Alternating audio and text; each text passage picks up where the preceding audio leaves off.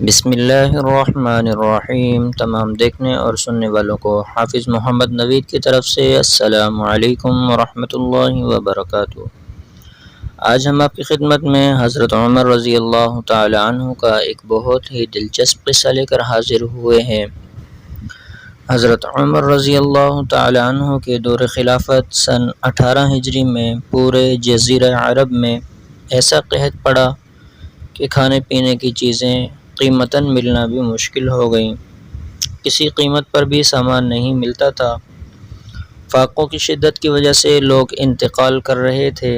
اسی دوران حضرت عمر رضی اللہ تعالی عنہ کو یہ اطلاع ملی کہ مصر کے اندر بے شمار پیداوار ہے اور مصر اس سے پہلے فتح ہو چکا تھا، اور حضرت عمر بن عاص رضی اللہ تعالی عنہ وہاں کے گورنر تھے۔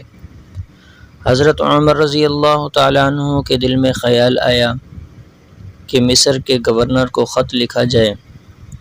حضرت عمر رضی اللہ تعالی عنہ نے ان کو خط لکھا: بسم اللہ الرحمن الرحیم، یہاں حجاز میں بالکل غلہ نہیں ہے، اور مجھے معلوم ہوا ہے کہ مصر میں بہت غلہ موجود ہے، لہٰذا یہاں والوں کے لیے وہاں سے کچھ غلہ بھیجو۔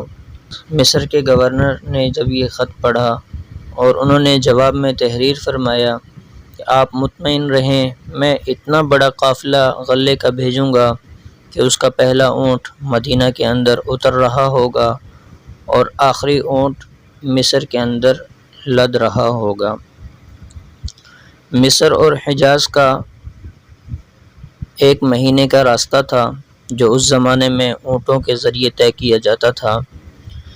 یہ سارا راستہ غلے کے اونٹوں سے بھر دوں گا۔ چنانچہ غلہ آیا، اور اتنا ہی آیا۔ مدینہ پاک اور ارد گرد یہ منادی کرا دی گئی کہ جس کا جی چاہے حضرت عمر رضی اللہ تعالی عنہ کے دسترخوان پر آ کر کھا لے، اور جس کا جی چاہے اپنا راشن اپنے گھر لے جائے۔ چنانچہ ہزار لوگوں نے وہیں دسترخوان پر کھانا کھایا، اور بہت سے لوگ اپنے اپنے گھر اپنا حصہ لے گئے۔ ایک صحابی جو جنگل میں اپنے ٹھکانے پر رہتے تھے، انہوں نے بھی آنے جانے والوں سے سنا کہ مدینہ پاک میں بہت سا غلہ آیا ہوا ہے، اور حضرت عمر رضی اللہ تعالی عنہ وہ تقسیم فرما رہے ہیں۔ اس صحابی کے پاس ایک بکری تھی۔ اس صحابی نے سوچا کہ اس بکری کو اپنے ساتھ لے کر جانا تو بہت مشکل ہے، اس بکری کو اگر یہاں چھوڑ کر جاتا ہوں تو کوئی جانور کھا جائے گا۔ اس صحابی نے یہ فیصلہ کیا کہ اس بکری کو ذبح کرتا ہوں، اور ذبح کر کے اس کو کھا لوں گا، کچھ راستے میں چلنے کی طاقت بھی آ جائے گی۔ چنانچہ اس صحابی نے بکری کو ذبح کیا، لیکن بکری کے اندر سے خون کا ایک قطرہ بھی نہ نکلا۔ یہ منظر دیکھ کر وہ صحابی رو پڑے اور سر پکڑ کر بیٹھ گئے کہ ہمارا تو برا حال ہے ہی، جانوروں کا بھی یہ حال ہے کہ جانوروں کے اندر خون تک ختم ہو گیا۔ بکری کے اندر خون تب ہوتا جب وہ گھاس کھاتی اور پانی پیتی، قحط کی وجہ سے گھاس اور پانی سب کچھ ختم ہو چکا تھا، اس لیے بکری کے اندر خون بالکل نہ رہا تھا۔ وہ صحابی سر پکڑ کر رونے لگے اور روتے روتے گر گئے اور نیند آ گئی۔ جیسے ہی نیند آئی، قسمت کی آنکھ کھلی، خواب میں رسول اللہ صلی اللہ علیہ وسلم کی زیارت ہوئی۔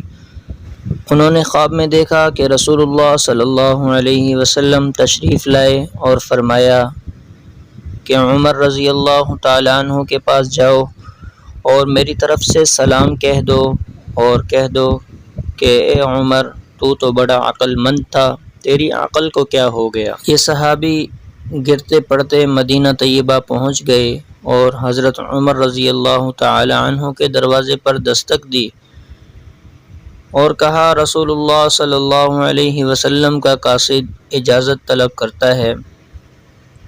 حضرت عمر رضی اللہ تعالی عنہ نے جیسے ہی یہ سنا کہ رسول اللہ صلی اللہ علیہ وسلم کا قاصد اجازت طلب کرتا ہے، وہ فوراً ننگے پاؤں مکان سے باہر تشریف لے آئے۔ پوچھا کیا بات ہے؟ انہوں نے خواب کا پورا قصہ بیان کر دیا۔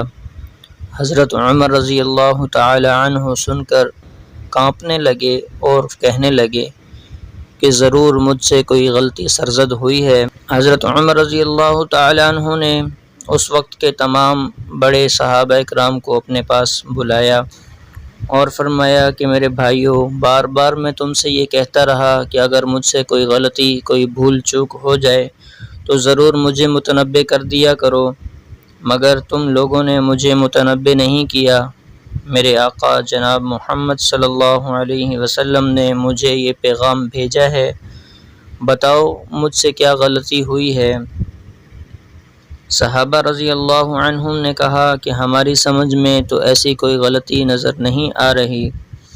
ایک صحابی رضی اللہ تعالی عنہ کھڑے ہوئے اور انہوں نے عرض کیا کہ میری سمجھ میں ایک بات آئی ہے کہ آپ کے ملک میں قحط پڑ رہا تھا اور غلہ موجود نہیں تھا اور لوگ بھوک کی وجہ سے مر رہے تھے، مگر بجائے اس کے کہ آپ اللہ تعالیٰ سے دعا کرتے اور اللہ تعالیٰ سے مانگتے، آپ نے اپنے گورنر اور اپنے ہی جیسے انسان سے مدد کی درخواست کی۔ یہ آپ کی غلطی ہے۔ حضرت عمر رضی اللہ تعالی عنہ نے فرمایا کہ ہاں واقعی مجھ سے یہی غلطی ہوئی ہے۔ پھر سب نے کہا کہ ہاں واقعی یہی غلطی ہے۔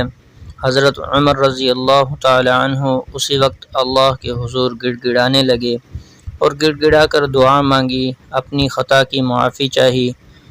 دعا کرنے کی دیر تھی کہ آسمان کے بادلوں میں کھلبلی مچ گئی اور دوڑ لگی اور ہر بادل دوسرے بادل سے کہنے لگا، چلو چلو مدینے چلو کہ عمر نے بلایا ہے، چلو مدینے چلو کہ عمر نے بلایا ہے۔